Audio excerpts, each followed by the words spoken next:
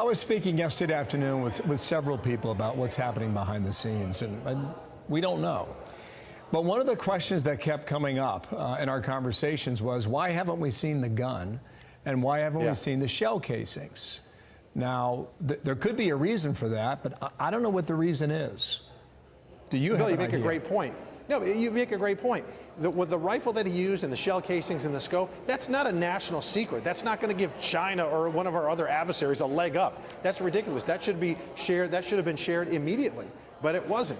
And again, like with the scope, we were recreating what happened in Butler. I had to use 2 different rifles with 2 different scopes because I didn't know, but it was still the same result. I mean, very deadly. He was in a death zone, and that is inexcusable. Peter Ducey has a shot of this letter. I'm just going to read it here. We don't have the graphic prepared.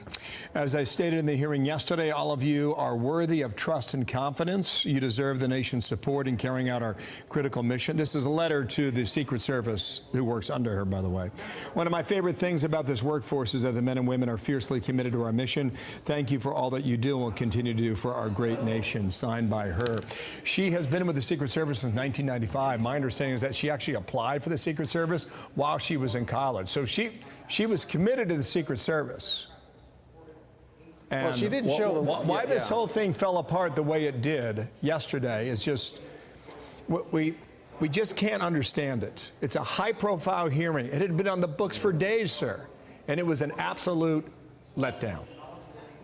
She was completely, Bill, she was completely unprepared to talk to members of Congress and to share with the American people. And she wasn't the leader that we need at the helm. That was obvious. It was obvious from her actions after Butler, and quite frankly, from what whistleblowers and our contacts are telling us within the Secret Service. She wasn't the leader that they needed before that either. I mean, every single person that I have personal contact with in the Secret Service and those whistleblowers said the same thing, and they're very glad to see her go. All right. Thank you so much, Congressman. We appreciate you popping up and being here with us as this news breaks. We appreciate you. Thanks. I'm Steve Ducey.